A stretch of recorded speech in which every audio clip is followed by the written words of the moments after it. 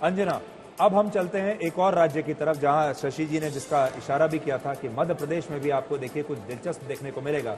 तो मध्य प्रदेश में इस बार MY फैक्टर की बड़ी चर्चा रही और ये MY factor Modi plus Mohan Yadav का फैक्टर है। तो अंजना, आपकी ईवीएम मध्य प्रदेश में किस पार्टी के लिए कितने वोट इस समय अनलॉक कर रही है? ये वाला नंबर बहुत दिलचस्प है क्योंकि ये जब वोट परसेंटेज हम आपको बताएंगे, देखिए छिंदवाड़ा ही है जो इनके लिए ग्रहण बना हुआ है। बीजेपी ने पूरी कोशिश, वहां नकुल नाथ पिछली बार जीते थे, कमलनाथ के बेटे हैं, और इसीलिए वहां पर क्या होगा, क्या अन्य सीटों पर भी इस बार बीजेपी के लिए मुश्किल खड़ी हो सकती है। एक वक्त पर कहा जाता था इंदिरा के दो हाथ, संजय गांधी और कमलनाथ ने सीट को जिस तरह से सींचा है वो हमेशा उनके लिए स्ट्रांग होल्ड रहा। प्रचंड मोदी लहर में भी ये एक सीट बीजेपी छीन नहीं पाई कमलनाथ से। आज वोट परसेंटेज के साथ शुरुआत करते हैं। सबसे पहले मैं एनडीए का बटन दबाती हूं और ये एनडीए के बटन में आपके सामने 61% आता हुआ दिखाई दे रहा है, जिसमें 3% का इजाफा हो रहा है। 3% का इजाफा है ये, 3% का इजाफा। अब आपको इंडिया का दिखा देते हैं वोट परसेंटेज। ये देखिए, ये मैंने इंडिया दबा दिया और इंडिया को 33% यानी 2% की गिरावट होती हुई दिखाई दे रही है। बीएसपी भी याद रखिए यहाँ पर चुनावी मैदान में है, बीएसपी को भी 2% बीएसपी का देखिए जितना था उतना बरकरार है। बीएसपी 2% पर थी और बीएसपी आज भी अभी भी 2% पर ही है। इसी के साथ जो अन्य है वो उनको 4% वोट परसेंटेज है, 1% की गिरावट है। आप लोग बैठे होंगे ना ये सोचने के लिए कि 4 बार में कहाँ जुड़ रहा है नंबर। एमपी का नंबर जानना है, पेंसिल उठाइए, भी देख लेते हैं। हाँ, जल्दी से आपको वोट सीट बता देते हैं। 28 आउट ऑफ 29 लगा, मतलब देखिए ना आप, ये सिर्फ छिंदवाड़ा की सीट जिसको मैं बार बार मेंशन कर रही हूँ, ये एनडीए का सीट नंबर हम आपको बता रहे हैं।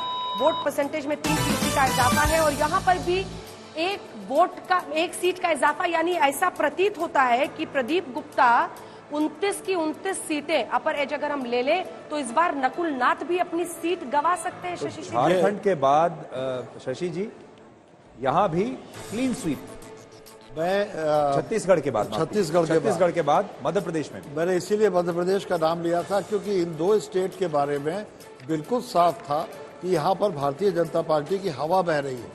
और यहाँ अगर आप याद करें तो बड़ी कोशिश प्रियंका गांधी ने भी की, लेकिन उनकी पार्टी अंदर से, फिर वही छत्तीसगढ़ वाला सिंड्रोम यहाँ भी है, पार्टी अंदर से बिखरी हुई है, युवा नेतृत्व उस तरह खड़ा नहीं हो पाया है अभी।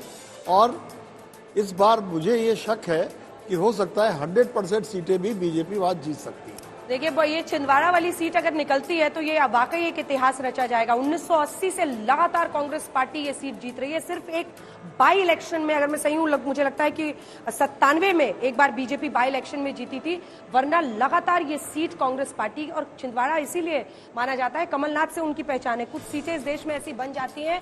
और अब हॉट सीट, कूल हवा, छिंदवाड़ा की सीट आपको दिखा रहे हैं, जहां पर बंटी विवेक साहू भारतीय जनता पार्टी के उम्मीदवार हैं और सामने है नकुल नाथ। और चूंकि बंटी साहू की तस्वीर पहले दिख रही है, कांटे की टक्कर है, लेकिन यहां पर ऐसा प्रतीत होता है कि कूल हवा जो इस हॉट सीट पर है वो बह रही है बंटी विवेक साहू के लिए। अगर बंटी विवेक साहू ऐसा कर पाते हैं तो वो एक जायंट किलर कहलाएंगे, क्योंकि कुछ सीटें ऐसी होती हैं जहां पर एक व्यक्ति का जादू चलता है। छिंदवाड़ा कमलनाथ के बाद उनके बेटे को जनता ने सौंप दी थी, नकुल नाथ को, पिछली बार।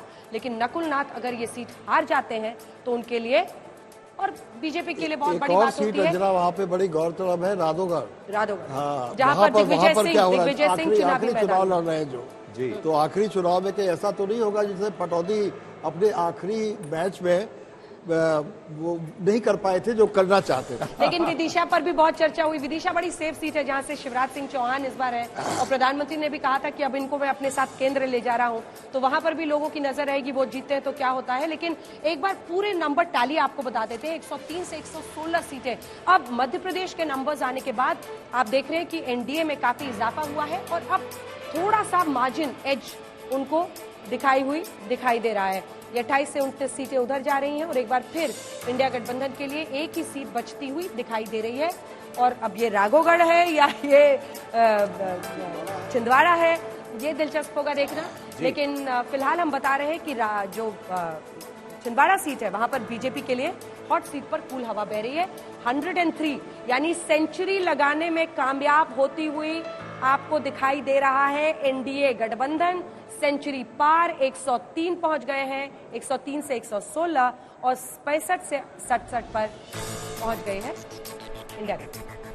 जी, और देखिए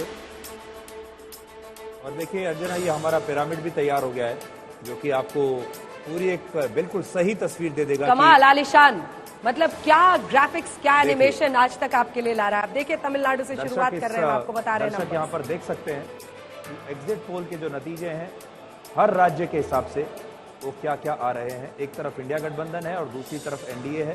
और आप देखिए ये कुछ सीटें हैं जो अभी हम अनलॉक कर चुके हैं। अभी नीचे जो आप देख रहे हैं ये खाली सीटें हैं, ये अभी हमने अनलॉक नहीं की हैं।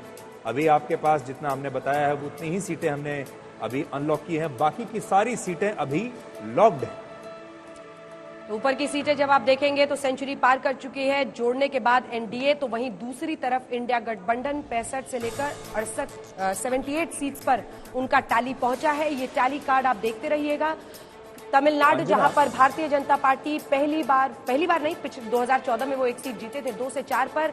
केरल में पहली बार उनकी एंट्री होती हुई दिखाई दे रही है। इसी के साथ एमपी वो क्लीन स्वीप करते दिख रहे हैं, छत्तीसगढ़ क्लीन स्वीप करते दिख रहे हैं, कर्नाटक में मार्जिनल फॉल है। तो वहीं अन्य राज्य जो हम आपको दिखा रहे हैं उसमें बिहार अभी हमने देखा जेडीयू कमजोर कड़ी साबित हो रही है। प्रधानमंत्री मोदी बिल्कुल निश्चिंत नजर आ रहे थे जब वो कन्याकुमारी में गए और वो जब ध्यान में बैठे थे।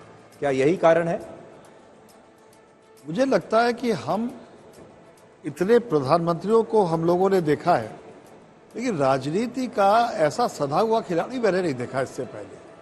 और वो आप अगर चुनाव से पहले, जैसे उन्होंने कहा, संसद में कहा कि 400 सीटें आएगी और हमारी 370 आएंगी, यानी कि बहस को उन्होंने वहां मोड़ दिया, इतनी आएंगी कि नहीं आएंगी। 272 की कोई चर्चा ही नहीं थी।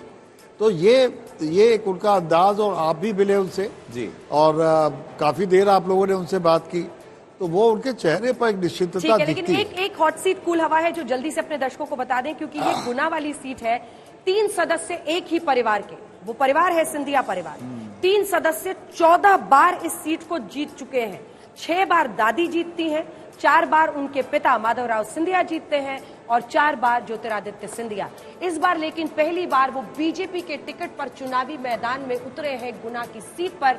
और ये देखना दिलचस्प होगा कि पार्टी बदलने के बाद क्या जनता का दिल उनके लिए बरकरार रहता है या कि उनका दिल बदलता है। लेकिन कांटे की इस चक्कर में आपको ज्योतिरादित्य सिंधिया के लिए हॉट सीट पर कूल हवा बहती हुई दिख रही है, जहां पर यादवेंद्र राव कांग्रेस पार्टी के पीछे दिखाई दे रहे हैं अनुमानों के मुताबिक।